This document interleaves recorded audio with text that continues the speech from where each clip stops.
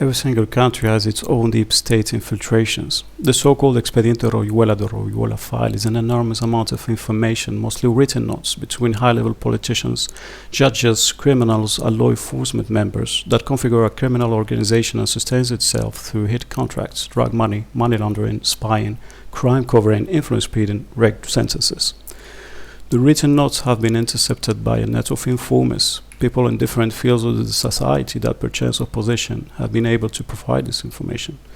People who may or may not be patriots, but at the end did feel the need to expose this criminal organization.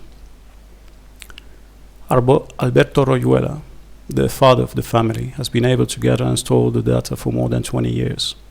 The written notes have been copied and transcribed, and more than 200 lawsuits have been filed. The written notes are proofs to be dismissed or confirmed in a court of law by graphologists, but they are not being processed. The Royuela family shows proof of more than 1,700 killing in Spanish soil. One of the main differences between the government secret operations and the Royuela file is that the targets here are not always criminals or terrorists, but civilians as well. People who have not complied with the requirements of the Spanish deep states, people who were fighting for freedom and truth, their families and friends, or people who just happen to be in the wrong place at the wrong time.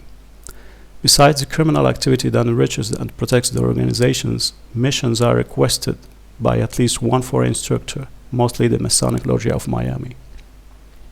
The Royuela family has been calling out the criminal organizations, suffered retaliations. A family member, Javier Royuela Samit, was killed.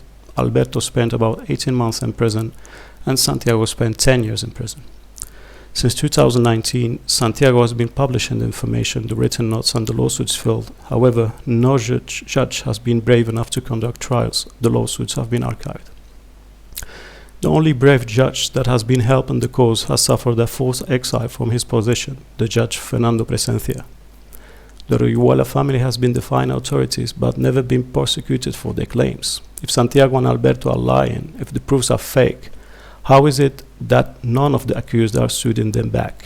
What would happen if you were innocent and somebody would make false claims against you? Would you not sue them back and call them out? The information is spreading everywhere. It is impossible to stop. That is why the damage control police have been to blame the Pegasus software filtrations. Some names that appear in the large amount of notes that are the former presidents of Spain, José Luis Rodríguez Zapatero,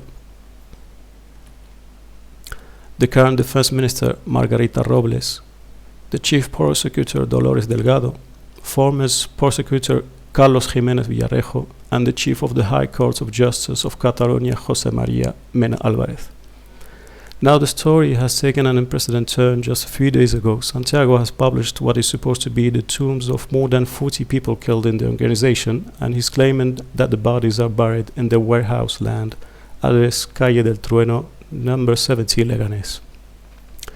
Some people have already set camp in front of the warehouse to make sure the bodies are not moved out, so more covering should not happen. May 19, 2022, Pedro Rosillo YouTube channel El Arconte went with his friend Carlos to the police station of Leganés with the intention to present the proofs of the Calle del Trueno number 70 Leganés tombs. He's then been told that there were no need for a new statement as they were already aware of it. As he insisted to make his own statement, a police officer told him, "If you are recording with your phone, I will throw it out of the window, and I will throw you out of the window as well."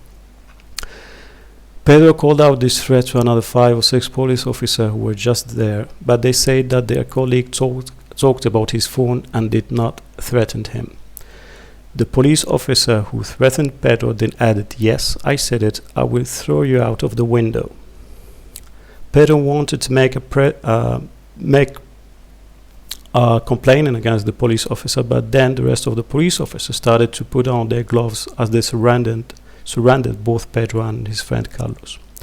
At this point, knowing that the Spanish police has the presumption of truth, they could have been beaten up and been accused of starting a fight within the police station.